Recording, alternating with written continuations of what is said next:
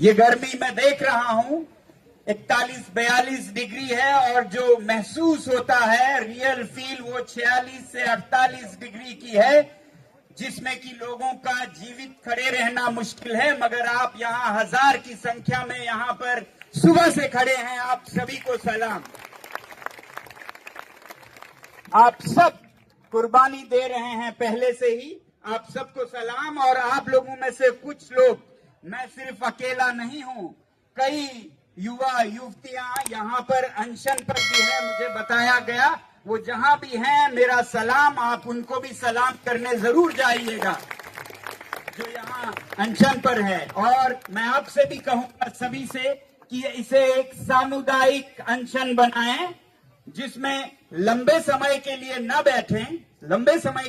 बैठें, एक दिन के लिए तो लगभग सब बैठें। एक दिन के लिए जब आप यहाँ आते हैं, हो सके तो, जरूरी नहीं है, हो सके तो आप उस दिन का अनशन रखें। आप उस दिन के लिए अपना संवेदना जताइए, सॉलिडारिटी जताइए उन बच्चों के साथ जिनके साथ अन्याय हुआ, जिनकी जानें गई, या जो यहाँ पर पिछले 10 दिनों से इतने गर्मी में, इतने मुश्किल हालात में खड़े हैं, जो सारे भारत के युवकों को, युवतियों को पुकार रहे हैं। इनके आदर में, सत्कार में आप लोग भी एक दिन का अनशन अवश्य करें। और हो सके तो कुछ यहाँ पर बैठे हैं, आपको बताएंगे, वो 3 दिन के अनशन पर हैं, तो बहुत अच्छी बात है।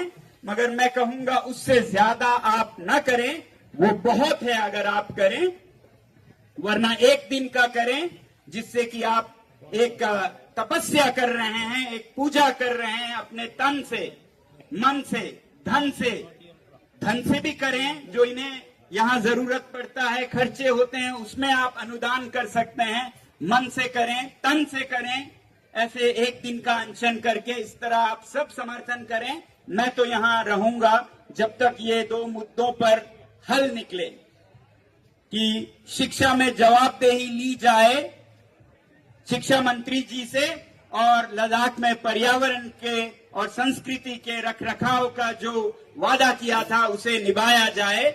इन मुद्दों पर पूरा देश इकट्ठा होकर शिक्षा और पर्यावरण को हम बहुत ही महत्वपूर्ण मुद्दे समझें। अब मैं कुछ बातें, कुछ संदेश देना चाहता हूं। शिक्षा में किसी भी सरकार का, अगर वो सच्चे देश का हित चाहते हैं, अगर वो सच्चे देश को, भारत को सारे जहां से अच्छा बनाना चाहते हैं, तो वो बिना शिक्षा के हो ही नहीं सकता। तो इसलिए शिक्षा की तरफ जो सरकार, जो देश ध्यान न दे, वो अपनी खाई खुद खोद रहा है। ये हम देख चुके हैं पूरे दुनिया में। जो देश आगे गया है उसने शिक्षा पर ध्यान दिया है। जो देश आज गश खा रहा है, गुमराह है, उन्होंने शिक्षा में ध्यान नहीं दिया। मैं आपको थोड़े में मिसाल दूं, बाद में आने वाले दिनों में विस्तार में बताऊंगा।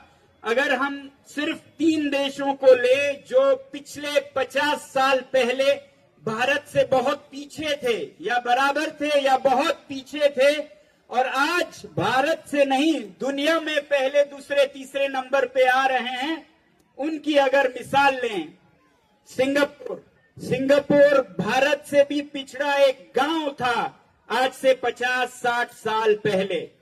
और आपको पता है, सिंगापुर ना सिर्फ पिछड़ा था, बल्कि वहां पर धर्म के नाम पर झगड़े होते थे, हिंसा होती थी, रायट्स होते थे।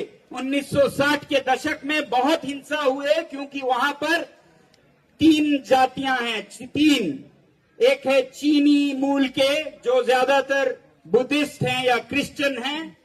दूसरे हैं मुस्लिम जाति या धर्म के मलय लोग, और फिर हिंदू धर्म के तमिल लोग। इनमें बहुत बड़े दंगे हुए 60 के दशक में, और तब की सरकार को समझ आ गया। देखिए कितना जल्दी सीखते हैं और सीखकर अमल करते हैं। बहुत जल्द उन्होंने सीखा, और उसके बाद उन्होंने एक तरफ नफरत को कम शुरू किया कि किसी को याद भी ना आए कि वो बुद्धिस्ट है या मुस्लिम है या हिंदू है या क्रिश्चियन है। ऐसे हालात पैदा किए कि आने वाले बच्चों में एक भी बूंद जहर का न जाए, और दूसरी तरफ उन्होंने पूरा जोर शिक्षा पे लगाया। आज सिंगापुर का प्रति व्यक्ति आय दुनिया में नंबर 1 पर है, नंबर 1, 2, 3 में रहता है। प्रति व्यक्ति आय, ये देखिए, प्रति व्यक्ति आय जरूरी है, जीडीपी जरूरी नहीं है। जीडीपी में हम कहते हैं भारत तीसरे, चौथे, कहते हैं छठे पे है, मगर उसका कोई मायने नहीं है, क्योंकि प्रति व्यक्ति देखें तो $2000 तक भी नहीं है, जबकि सिंगापुर का $90,000 तक जाता है प्रति व्यक्ति आय। एक आदमी के पास क्या है, अगर आप देखें धन के तरफ से भी, जरूरी नहीं है ये, मगर इस तरह से अगर विकास की बात करते हैं तो नंबर 1 पे पहुंचा। वैसे ही कोरिया है, हमसे पिछड़ा था, बल्कि एक बहुत बड़े युद्ध से निकला था आज से 50 साल पहले, 60 साल पहले, 6-7 दशक पहले, मगर आज वो दुनिया के पहले 5-10 देशों में आता है। वही हमारा पड़ोसी चीन हमसे पिछड़ा था और आज बहुत आगे गया, तो इसलिए गया क्योंकि उन्होंने शिक्षा पर ध्यान दिया। मुझे लगा हमारी भारत में भी हमारी सरकार शिक्षा पर बहुत ध्यान दे रहे हैं, क्योंकि उन्होंने एक नई शिक्षा नीति लाई, जिसमें बहुत अच्छी बातें भी हैं, कमियां भी होंगी, मगर उससे भी बड़ा समस्या यह है कि उसका जमीन पर उतारने में बहुत कमजोरी रह गई, ध्यान नहीं दे रहा। किताबों में नीतियां लाने से कोई देश आगे नहीं गया है। नीतियां लाना बहुत आसान है, उस पर अमल करवाना वही करते हैं जिनके खून में, रग रग में देश का हित समाया हो, वो फिर नीतियों को जमीन पर उतारने में अपनी जी जान देते हैं। वो नहीं हुआ है। मैं यही विनती करूंगा कि इसको जमीन पर लाएं, मगर दुख की बात यह है कि नए को जमीन पे क्या लाएं, पुराने में ही हमारे बच्चों को खुदकशी, आत्महत्या करनी पड़ रही है। उसी में बिक रहे हैं पेपर, जो कि सबसे छोटी बात है, इम्तिहान, एग्जाम, उसी में अगर हम कंगाल हैं तो बाकी नीति का हम क्या बात करें, प्रणाली की हम क्या बात करें। तो ये तो है शिक्षा और उसका महत्व। अगर देश को विकसित होना है 2047 में, तो ऐसा करना ही होगा, नहीं तो 200 साल बाद भी हम दुनिया के सबसे पिछड़े देशों में और नीचे गिरकर रह जाएंगे। अब मैं बहुत जरूरी 2 संदेश देना चाहूंगा संक्षिप्त में।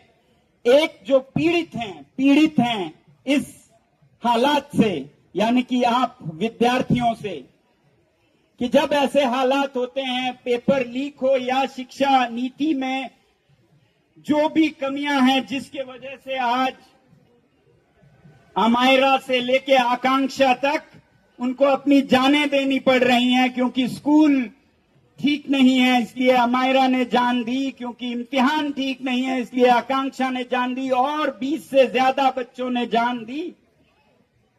उन सबको मैं ये कहूंगा कि आप अगर मुश्किल आए तो हताश ना हो। मैं भी आप में से एक था। आज मैं आपको ये एक बात बताऊं जो मैंने बहुत कम लोगों को बताई है आज तक, बहुत ही कम लोगों को, एक राज है वो बताऊं।